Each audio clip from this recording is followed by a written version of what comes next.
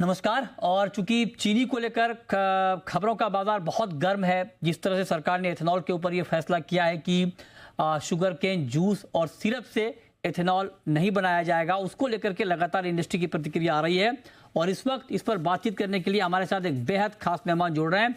हमारे साथ इस्मा के नए प्रेसिडेंट बनने वाले हैं एम प्रभाकर राव साहब, वो जुड़ रहे हैं। 15 तारीख को अपना कार्यभार संभालेंगे और चूंकि अब इन्हीं को आगे का पूरा मामला देखना है, तो एम प्रभाकर राव जी, बहुत बहुत स्वागत है आपका जी बिजनेस पर। और सबसे पहले जी बिजनेस पर जुड़ने के लिए 15 तारीख से आपका कार्यकाल शुरू हो रहा है, आपके सामने बहुत सारे चैलेंजेस होंगे अभी इंडस्ट्री को लेकर। तो मेरा पहला सवाल आपसे ये है कि ये जो सरकार का फैसला है कि शुगर केन जूस और सिरप से आप एथनॉल नहीं बना सकते, अभी बी हैवी मोलासिस से आप बनाते रहें, सी से बनाते रहें, इसका इमीडिएट इम्पैक्ट आप इंडस्ट्री के ऊपर क्या देख रहे हैं? नमस्कार, thank you very much for the welcome. तो हम लोग we understand the importance of maintaining adequate sugar for the country. तो जितना चीनी चाहिए उतना तो बनाना ही पड़ेगा। अचानक ये प्रोडक्शन का कम होने से बिकॉज ऑफ एल निनो ये सरकार को ये रोक लगाना पड़ा सिरप से। लेकिन इंडस्ट्री पिछले 3-4 साल से काफी इन्वेस्टमेंट किया इथेनॉल का कैपेसिटी बढ़ाने के लिए।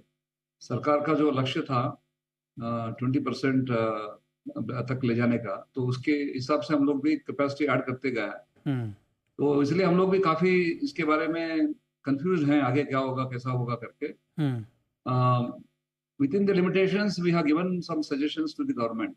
सबसे पहला हमारा सजेशन ये है कि जो सिरप से जो बनाने का जो क्वांटिटी था उसको बी हेवी मोलासेस से अगर बनाने का परमिशन मिलता है तो कम से कम कुछ हद तक ये प्रॉब्लम इंडस्ट्री के लिए इस साल में कम हो जाता है। ठीक। और दूसरा, ये जो प्राइसेस है, क्योंकि कुछ लॉस होने वाले हैं कंपनियों को, जिसने इन्वेस्टमेंट किया काफी कुछ, उनको लॉस होने वाला है। थोड़ा इथेनॉल का प्राइसेस भी बढ़ाना चाहिए, ये भी हमारा रिक्वेस्ट है। जैसा ग्रेन के लिए प्राइस बढ़ाया, वो हमारे लिए भी ऐसा बढ़ाना चाहिए, ये हमारा रिक्वेस्ट है। ओके, ठीक है। आने वाले लॉन्ग टर्म और मीडियम टर्म में हम लोग सोच रहे हैं, इसके लिए भी कुछ करना पड़ेगा। ये अभी तो समय नहीं है, तो आगे वो भी करेंगे हम लोग। अच्छा, इसमें जो आपने बात कही, इसमें महत्वपूर्ण बात है और थोड़ा इसमें और क्लियरिटी चाहिए कि जैसे आपने कहा कि जो बी हैवी मोलासिस से अभी उससे एथेनॉल बनाया जाएगा, तो आप कह रहे हैं कि जो अभी चूंकि ये कहा गया कि जो कॉन्ट्रैक्टेड है, आपकी जो कॉन्ट्रैक्ट हो चुका है वहां पर ये अलाउड है, आप कह रहे हैं कि उससे आगे भी बी हैवी मोलासिस से एथेनॉल बनाने दिया जाए, राइट सर?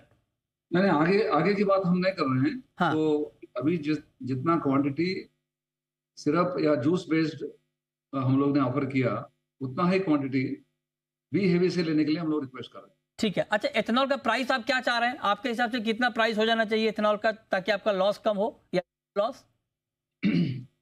कम से कम ये पर प्रति लीटर 10 रुपया तक बढ़ने से हाँ, थोड़ा बहुत हम लोग बैलेंस कर सकते हैं जो अभी लॉस हो रहा है। थोड़ा या बहुत?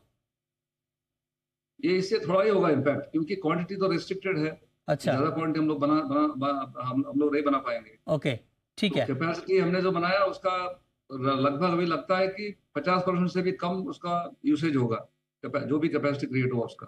ओके, ओके, ठीक है। अब एक सवाल मेरा आपसे ये होगा कि क्या कल आप लोग पीएमओ के साथ कोई मीटिंग करने जा रहे हैं इस पूरे मुद्दे पर?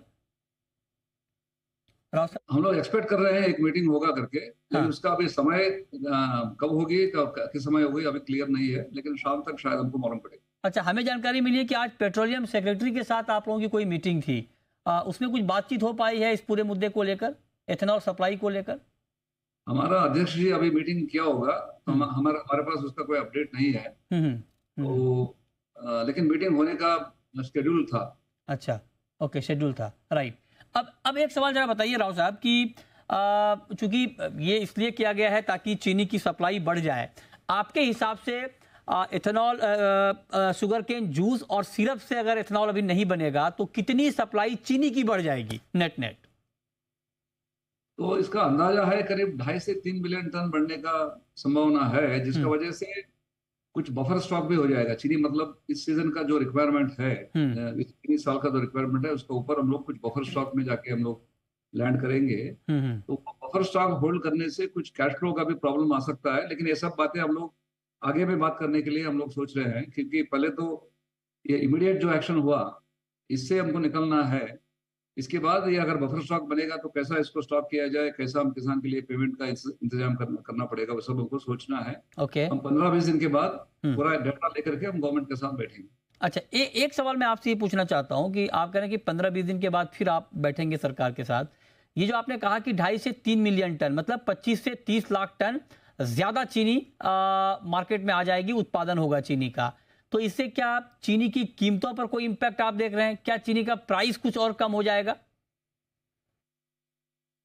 वो तो चीनी का प्राइस का ऊपर इम्पैक्ट तो होना ही है। तो अभी जो प्राइसेस है वो भी कोई अगर हम विश्व विश्व की प्राइसेस के कंपेयर करेंगे तो अपना देश का चीनी का भाव काफी कम है। तो इस लेवल से भी शायद और कम होने का संभावना है।